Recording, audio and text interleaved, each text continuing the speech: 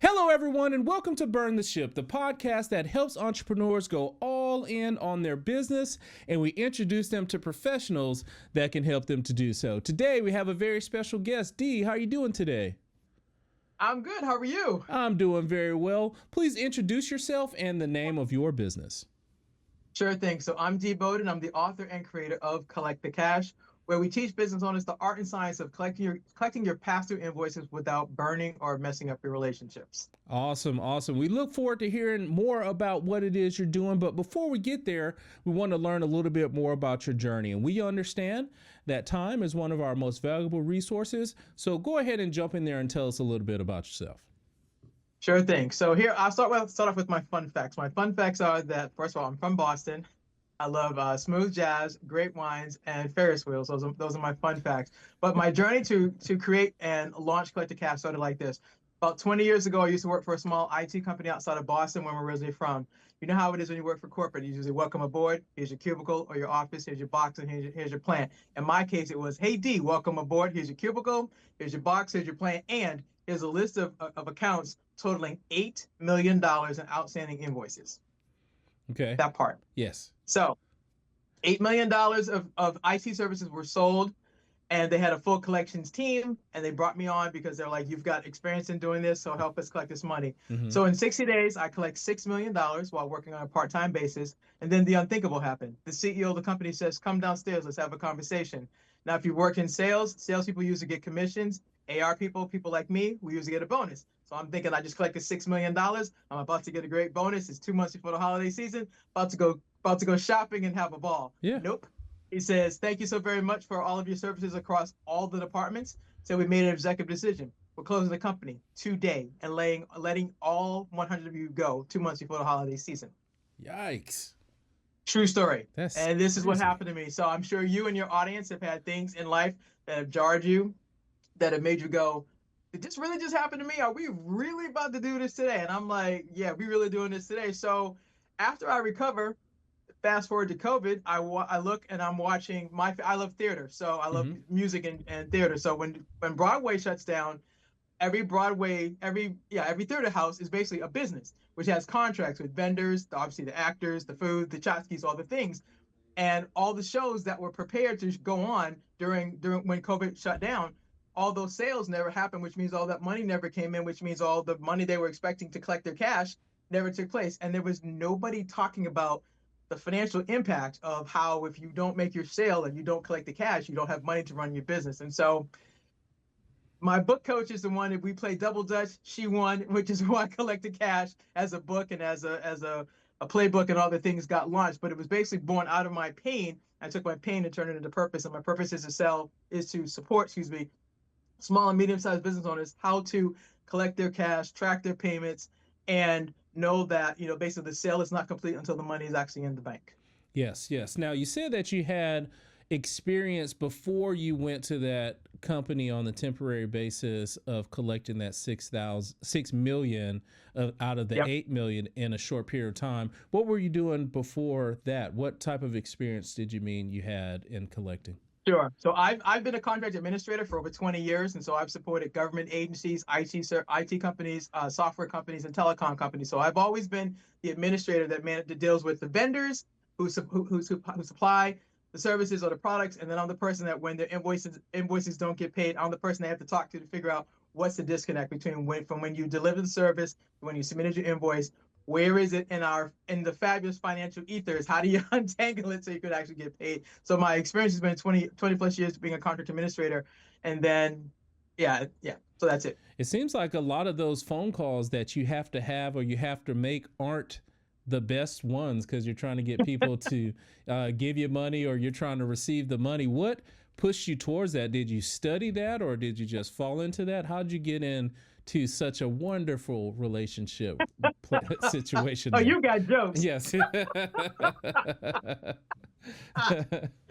Well, first of all, great question. So here's the thing: how I got into it is that I've always been a problem solver. Okay. You know how you figure out your gifts and you're like, okay, I'm really good at this. I'm not really good at that. Well, I figured I was a problem solver, and so basically my career got started as a data entry clerk years ago, entering invoices into a system, and I learned that when you make data entry errors or when things are not coded correctly or people just rush through things, on the back end it becomes an administrative nightmare and have to untangle all the things. So another part of how I did this was I used to work for an engineering consulting firm, and so when I got there, when I got promoted rather, I became the administrator for the construction division, and my team was building a water filtration plant. And so the city that we were doing business with had basically shut down the project because all of the invoices weren't prepared properly. And so when I got hired, they were like, "We need you to fix this." So I come into this multi-million-dollar project. The invoices are screwed up. The city, the customer that we had said, "Until you all fix the invoices correctly and prepare them according to our system with our format and our forms, blah blah blah, we're not paying you." And so I basically had to apologize to them on the behalf of the company that I worked for at the time. I asked him to give me 30 days to untangle close to $1 million in outstanding invoices and then fix it and then build a relationship with him to say, okay, we will.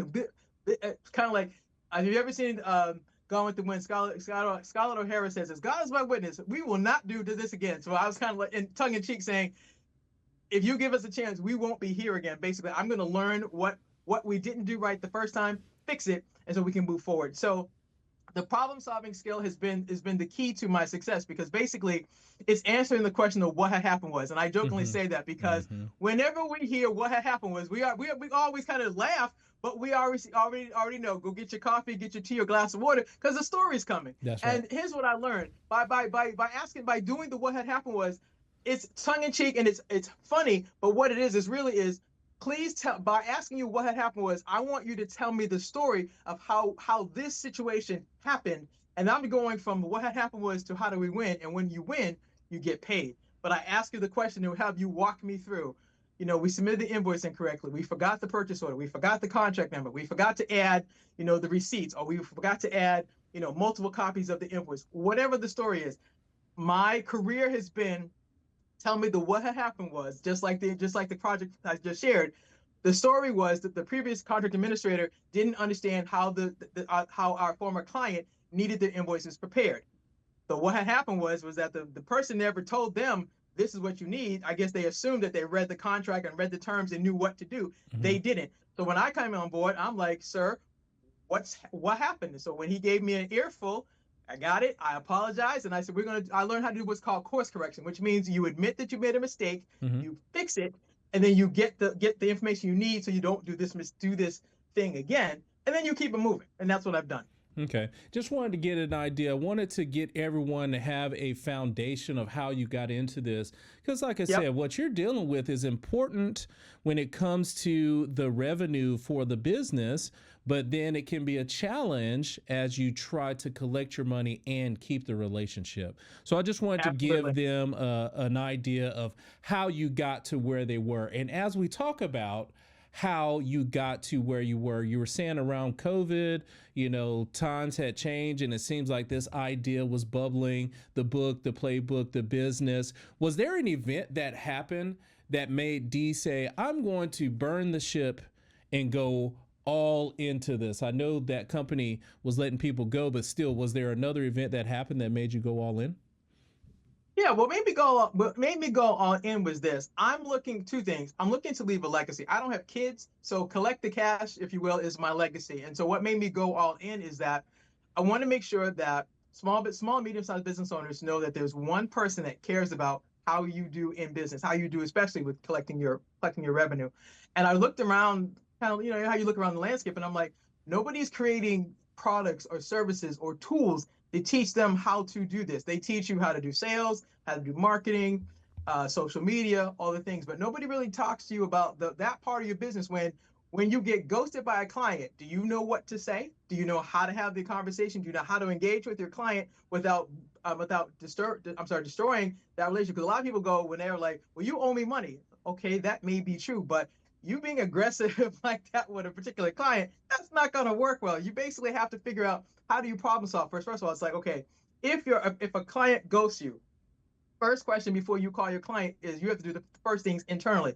Did you check your contract? Did you review the payment terms? Did you prepare the proper invoice the way your client asked for it? Did you follow up before they ghosted you to say, okay, where are things? Is there an issue?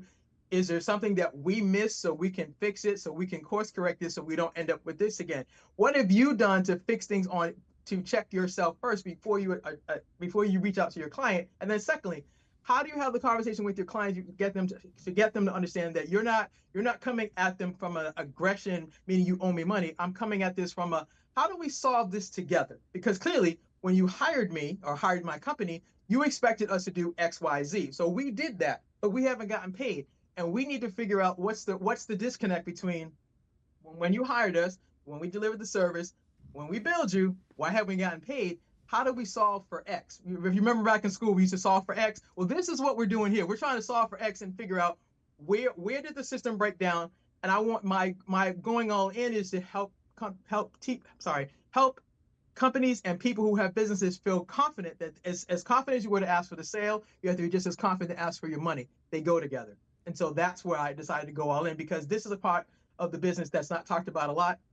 It's not the sexy part, but to me, getting paid is very sexy. So I want you to feel good with getting paid with what you do. Yes, makes a lot of sense, because again, if you don't get paid, you can't pay the bills. Therefore, you can't keep the business or your employees. So it's a very vital part of the business. And we want you to dive a little bit more into it, because we want to learn more about that process. We want you to give us a couple stories. So tell us all about your business and how you're out there helping other businesses.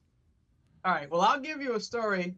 I'll teach you how to collect the cash by how you bought your cell phone. Okay. This is a tracking system, which we'll actually explain to you. So, welcome to X company. What brings you in today? And you're like, you know what? I capped my cell phone, and there's a button on my cell phone that's not working. Well, before we can go any further, Roger, can I get your driver's license? I need to confirm that you are a client of blah, blah, blah, blah. They're going to take your driver's license. They're going to scan the barcode on the back. They're going to confirm, oh, yeah, you've had, set whatever phone you have. You've had it so long, your mailing address, blah, blah, blah. And then they're like, you're eligible for an upgrade. And you're like, I didn't come in here to buy a new phone. I just want you to fix the button on my phone. That's it. That's all. I need to go. I got things to do. Mm-hmm. So how they buy you, when they bring you your phone, they start off with a sale. The person suggests you're eligible for an upgrade, AKA a sale. So when you bought your cell phone, they usually do that. And so while they're fixing your phone, they'll usually tell you, walk around the cell phone store and see what new phones are out there. And you're like, ooh, Samsung has this, Apple has this, whatever. I'm sorry, iPhone has this. So they say, okay, great. So you come back and you're like, well, you know what? My phone is X years old. I wasn't planning on upgrading today, but you know what? This is such a great deal. I can't pass it up. So the sale happens. Then you enter a new contract with your phone. You say, I'm going to take the upgrade. They transfer the credit from the old phone to the new phone. So there's a sale, contract, order entry. The person goes in the back, gets phone number 10. There's 9 phones left. They scan the barcode, put the new information on your account. So there's a sale, contract, order entry, order fulfillment. Then there's, hey, Roger, when do you want your bill? Accounts payable. The phone company bills you every single month, and it tells you, they ask you, okay, we're going to confirm your name, your mailing address. What day would you like it paid? What day would you like to be billed? You'll tell them, I want to be billed on X date. So how you bought your cell phone is also how you're tracking. I'll go back and give you the tracking steps in a second. But so there's a sale, contract, order entry, order fulfillment, accounts payable. The person will ask you, when do you want your bill? Accounts receivable, AKA collect the cash. You say, I'm going to pay this invoice on X date. And then before everything is wrapped up, you sign the new contract because you just bought the new phone, whether you bought it outright or you have monthly payments. And then you're going to walk over to the register, and the person at the register is going to say, hey, thank you so much for doing business with X company. How would you like to pay for this? Debit, credit, cash. Everything I just described on how you bought your cell phone is basically a tracking system. So let me show you, as a business owner, how you track things. You have the first column is a contract number. Contract number. Yeah. Whatever contract number you have. Second, name of your client. Third column, what did they buy from you? How much is the contract for? What are you selling them? Product or service? When are you supposed to invoice them, bill them? When are you supposed to get paid? And a section called notes. What I just described with how you bought your cell phone is basically a tracking system, because everything I just described on how you bought your phone is a tracking system. Whatever phone company it is, they do the same thing. They sell you something. They have a contract with you. There's order fulfillment. There's order entry. They ask you when you want to get billed. You have an invoice. You get a bill every single month, and your bill tells you your name, address, account number, whatever phone it is, terms and conditions, the taxes, all the things. You either have it automatically deducted out of your account, or you go into the store and you pay them. And then you get a receipt that says, basically, thank you for your service. Thank you for your business. Well, that's a tracking system. And that tracking system is from any business owner is, again, the contract number, name of your customer, the amount of the contract, what did they buy from you, when you're supposed to deliver it, when you're supposed to invoice them, when you're supposed to get paid. And even though you may have the best memory, you need a section called notes, because all of us forget details from time to time. So basically, how you buy your cell phone is a tracking system. That's how I went all in to teach business owners. This is something you need to have in business, no matter what you sell. Because all of us may have great memories, but we don't remember every detail about every client, especially if you have multiple clients with multiple contracts with multiple things, and something goes wrong. This contract had 10 sets of sneakers. You ordered them, you got 8. Now you got to put in the notes section, I didn't get all my sneakers. Now I got to do problem solving to figure out, why didn't I get my sneakers? How are they going to fix this? When am I going to get a credit? Are they going to give me more sneakers? What are they going to do? The point is, the tracking system is the system that shows you basically every client you have, how much money is outstanding for you per client, how much money is due per month, and then what do you do if you have disconnects? That's why you have the notes section. I hope that makes sense, but that's my system. No, it definitely makes sense, because if you don't have a way to track things, it's just out there. It's worse than having a yellow notepad. It's like having that, but not putting anything on it. So it definitely makes a lot of sense. Now, when you are talking to the different business owners, give us an idea of what that business owner looks like. Is it a specific revenue level, a specific geography place? Tell us all about your ideal clients. Sure. So my ideal clients basically cover the gamut. So I deal with solopreneurs. That would be a independent contractor who has a contract, say, with the university, and they're doing trainings. That's one. Two, it could be a small to medium-sized IT service company that's got 10 to 20 people whose revenue between 2 million and, say, 10. I've also supported government agencies. So there's larger government agencies who have multiple teams and multi-million dollars in contracts that need to be closed out and money that needs to be recovered. So it covers the gamut. Okay. So I can give you I can actually give you a current example of a person that I've just worked with. So one of my clients is a professor, and she actually had a contract with a major university. And at the time, she was hired to do a series of trainings. And so she had done the trainings and done the work. And then she called me and she was like, "Hey, Dee, I'm having a challenge with getting my payments. I don't seem to understand why they haven't paid me, because we have a contract, I did the work, I did the trainings, I got proof." I said, okay. So we literally started off with what had happened was, and she started laughing. She goes, "Do you use it all the time?" I said, "I promise you, there's a reason why they haven't paid you. We got to get to the story." I literally told her, I said, "We got to find out." I said, "First of all, do you still have your contract?" She said, "Yes." I said, "Do you have the name of the person who actually hired you?" I said, "Yes." I said, "So one of the things you have to do is go back to them and find out, was there anything that was missed in the system? Because it could have been a data entry error on their part. They forgot to sign your contract or upload it into the system or put it in the portal, or tell the person accounts payable, oh yeah, this training has happened, now we need to pay them." So she's like, "I don't feel confident." And that's one of the keys that I learned in terms of problem solving, is that this conversation around collecting money a lot of times makes people feel, sometimes they get the heebie-jeebies. They're like, "I don't want to do this." But you have to be confident. I say it this way: as confident as you were to ask for the sale, you have to be just as confident to ask for the money. So back to the story. So we have a conversation. I just say to her, we got to get what had happened was, what's the story? You got to go back to your person and ask them, can we, first of all, you let them know, one, you're excited that they're working with you, that you get to serve them, and you basically want to continue doing business with them. But in order for us to move forward, we need to go backwards and figure out this problem. So we did problem solving, we did customer service. I tell them, thank you for hiring you, and that there's future work coming, and you're grateful for that.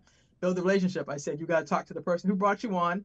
You have to find the person accounts payable, the person who's actually going to cut the check for you, and find him or her and find out, where is the invoice in the system? When is it scheduled to be paid? And is there anything that's missing in terms of details that you forgot or they forgot, so you want to fix it? And then there. So basically, and actually, this is the story that actually is on LinkedIn. So she actually did what I suggested. A 30-minute phone call turned into an invoice that was over 60 days past due. 24 hours later, it was scheduled. 36 hours later, it was paid in full. And on LinkedIn, on my account, you'll see a thing called Story Time. And it actually outlines exactly what I just said. Yeah, that is awesome right there that you're able to provide them with that advice to help them get what's important to them, which is getting their funds, getting, Yep. compensated for what they were doing. Now, Yep. throughout your time inside of business, you've given a great illustration of what the ideal client looks like, but you also understand the importance of networking and trying to Mhm. work with other business owners. Have you found a set of good referral partners that you have worked with to help you to find the opportunities of those businesses that need to collect the cash? Yes and no. Yes to the people that are small business owners like myself and like yourself. So a couple of my friends that are CFOs, some that are bookkeepers. No to the part where a lot of them, once some of them hear this, but they're like, well, D, I don't know anybody, and that's just hard. They're like, well, D, we don't have outstanding receivables the way you collect the money. We don't have those issues because usually we do QuickBook or Zoho. We Hmm. swipe a credit card. We're good. So for me to find better referral partners would be the people that are in corporate or in government that have larger accounts. They say we've got a team, or we're open to an outside consultant to come in and help us solve for X and help us solve our problem. So Hmm. I'm looking for both. So municipalities and enterprise clients would be Correct. more of what you're trying to get in contact with. Well, again, Yep. I always like to ask that question because it's important to us to try to help you find that end user or that business that needs to collect it and also find those larger opportunities. So, if any of the entrepreneurs that are out there watching today know of any enterprise clients or any municipalities, please reach out to Dee. Now, as far as your journey in itself, it has been a unique one because you have chosen a special career in which you're trying to collect money. I did do that when I had my corporate experience. I was, in that part of trying to get people who didn't pay for their service to come back to our business, and it was a collections type job. You have acquired and nurtured some best practices and business skills that have helped you to be successful. Do you mind sharing with the audience that is watching today some of those best practices or those business skills that you have had that made you successful that can possibly help them strive for some success? Sure thing, Roger. Happy to do so. So here's the thing. It's so funny. People ask me all the time, it's like, how did you figure this out? Some of it was really trial and error. Mm-hmm. Like, for example, when I first got into being a contract administrator, I was much younger, lots of energy, and I'm like, let's go, and just went for it. And there was like, uh, gotta tone that down just a little bit. I'm Mm-hmm. like, really?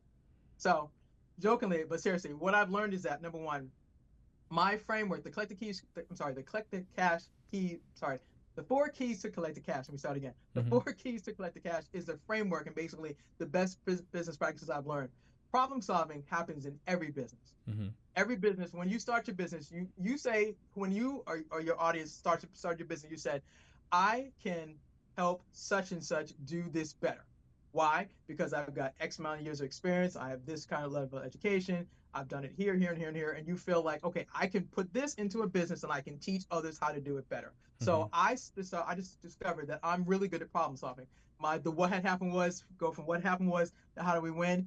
That's a skill because basically it's not just asking that question. To be a really good problem solver, you have to be a good thinker. You have to be really good at analytics. You have to be really good at pulling back the layers. You have to be really good at systems. You got to know, basically the why behind the what. Systems run everything, and if you don't understand how a system works, basically when you put the data into the system, how many cells does it go through before it's put over here? What happens if you miss something? Mm-hmm. So Mm-hmm. that's one of the things I learned that was really good. One skill, customer service, good, bad, or indifferent, we all have had great customer service and we've all had customer service that sucked. We're like, boy, this was the worst thing ever. You're like, man, listen, Yes. I just can't with this. So, Mm-hmm. so customer service. Think about it. You have clients, so do I, all the people that are listening. One of the things that you'll notice that they do this on the bottom of the invoice, it says, thank you for your business. Mm-hmm. Real simple thing. But what they know is that you had a choice in who you chose to do business with. So the person at the bottom of the invoice says, "Thank you for your business," is to say, okay, we want to know that we celebrate you and appreciate that you chose to do business with us. So we want to make sure that you have a good experience.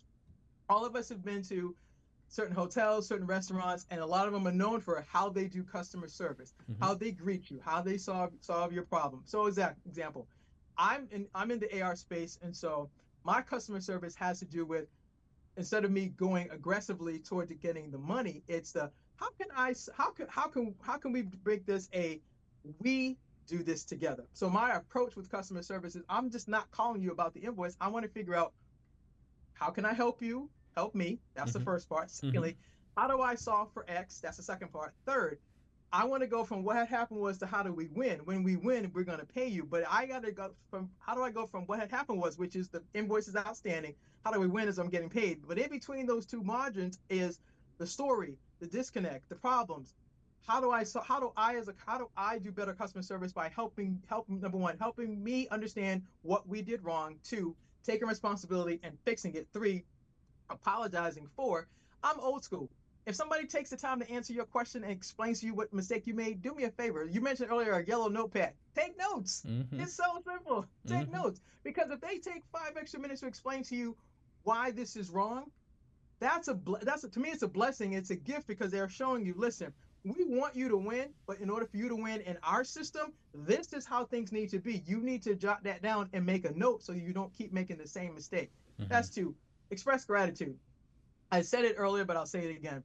I believe that every time you have a customer that you deal with, when you are owed money and somebody takes the time to answer your questions. See, I come from the government space, so in the government space, in finance or AP or AR, I had to build relationships with people that deal with have a list of accounts. So the person who helps me solve my problem, where my invoice is sitting in the financial ethers, I appreciate them, because them taking 5 extra minutes to go find my invoice in the system, tell me you missed the dash, you forgot the extra whatever. Mm-hmm. They explained to me something that I would have never known, because of course, as your business owner, you're just submitting the invoices, you think you're straight. I jokingly say everything is not solved with 144 characters. We just Yeah. can't solve it like that. We love these thumbs. Let's go. Right. But you have to be really good at expressing gratitude. So the people who take your phone call, who answer your question, who show you where you made your mistake and give you a chance to do a course correction. That's huge. And then the last thing is relationship building. How do we get here? I'm here because of relationship with you and a mutual friend. Mm-hmm. Relationship building is everything in business and in life. None of us get to do what we do really, really well if we haven't learned how to build relationships, nurture them, take care of them, and recognize that these people matter to your success today and in the future. Yes. Thank you so much for sharing those tips. Magnificent things for people to pay attention to, because they help you in business. All the time, I share with others how important it is to give people their flowers now, because, of course, when they're gone on, they can't enjoy it. They don't know no different, but while they're here, there's nothing wrong with taking a half a second and saying thanks. Well, we appreciate you, and thanks for you for highlighting how far that can go. Now, we've talked a lot about your journey, the ups and downs, that crazy story with collecting the $6 million and then them taking the cash and getting out of town. And I want to talk. I know it's so crazy. And you talked a lot about your business, but now I want to talk about you, Dee. Now, let's just say that you are helping businesses collect that cash. People are picking up your book and they're using the playbook, and time and money is not an issue. What is it that Dee would do with her time? That's a great question. Well, it's summertime, so if everything was flowing the way I wanted to be, Yeah. I would be at Wimbledon. I would be Okay. watching tennis. Nice. I would Nice. be watching. I'd be Okay. watching tennis, and I love Ferris wheels, so I'd be riding I think it's called the Golden Eye. I would Okay. love that. That would Okay. be cool. And that's like, it's so funny. People are like, Ferris wheels. I'm like, yeah. I said my three things are, I love smooth jazz, I love Mm-hmm. great wines, both red and white, and I also love Ferris wheels. That's my thing. And so one of my goals is to be able to go travel the world and ride more Ferris wheels. And obviously, it'd be great to be able to teach, collect the cash while I'm in those countries, and teach more business owners how to collect their cash. All right. Now we got to dive into that just a little bit deeper. Now, Wimbledon, Sure. for me, I understand when I was growing up and I was at home over the summertime, it came on HBO. And I just fell in love with Wimbledon and them playing on the grass.